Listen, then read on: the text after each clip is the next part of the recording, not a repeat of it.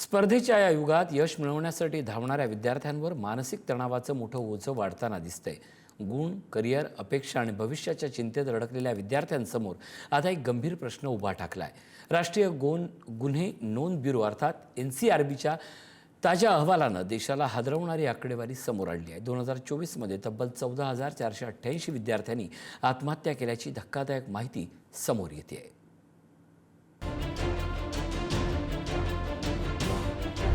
सध्याचा काळ हा स्पर्धेचा आणि संघर्षाचा आहे। शिक्षणात टिकण्यासाठी विद्यार्थ्यांना सतत धावावं लागतं। मात्र या धावपळीत अनेक विद्यार्थी मानसिक तणावाच्या गर्तेत अडकताना दिसतात। NCRBच्या ताज्या अहवालानुसार 2024 मध्ये तब्बल 14,488 विद्यार्थ्यांनी आत्महत्या केली आहे। म्हणजेच देशात दररोज सरासरी 40 विद्यार्थी आपलं जीवन संपवतायत। शिक्षण आणि करिअरच्या शर्यतीत वाढणारा मानसिक तणाव ही अत्यंत गंभीर बाब असल्याचं या आकडेवारीतून स्पष्ट होतंय। 2013 मध्ये 8,423 जणांनी आत्महत्या केल्या होत्या। 2023 मध्ये हा आकडा होता 13,892 आणि 2024 मध्ये हा आकडा बनला 14,488। NCRBच्या आकडेवारीनुसार विद्यार्थी आत्महत्यांच्या घटनांमध्ये महाराष्ट्र पुढे आहे।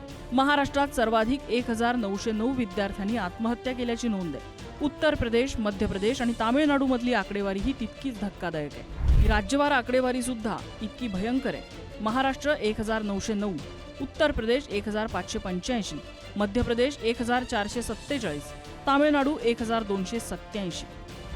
विद्यार्थ्यांच्या आत्महत्यांमागची कारणंही चिंताजनक आहेत। गुण, परीक्षा आणि अपेक्षांचं वाढतं दडपण विद्यार्थ्यांना मानसिकरित्या खचवत असल्याचं दिसतंय।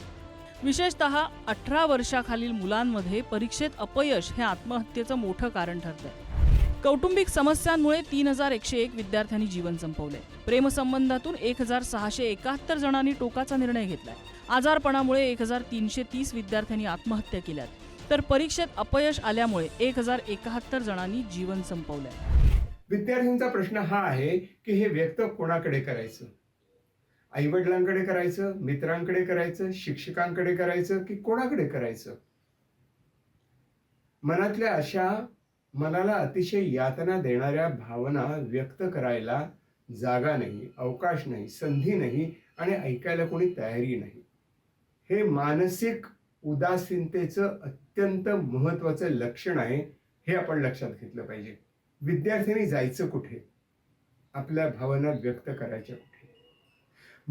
म्हणूनच असं आम्हाला निश्चित वाटतं की प्रत्येक कॉलेजमध्ये, शाळेमध्ये, मग ती लहान मोठी शाळा असो की मोठी असो, जसे शिक्षक हवेत तसेच काउन्सिलरही हवेत, प्रशिक्षित काउन्सिलर हवेत, म्हणजे मुलं आपलं मन मोकळेपणाने तिकडे सांगू शकतील।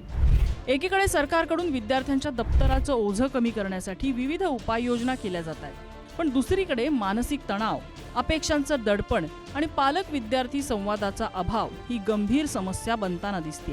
NCRBची ही आकडेवारी भारतासाठी धोक्याची घंटा मानली जाते। यशाच्या शर्यतीत धावताना अनेक विद्यार्थी मानसिक तणावाखाली दबले जात आहेत। अशा वेळी फक्त गुण नव्हे तर विद्यार्थ्यांचं मानसिक आरोग्यही जपणं गरजेचं आहे। पद्मेश पवारसह ब्युरो रिपोर्ट, पुढारी न्यूज, मुंबई।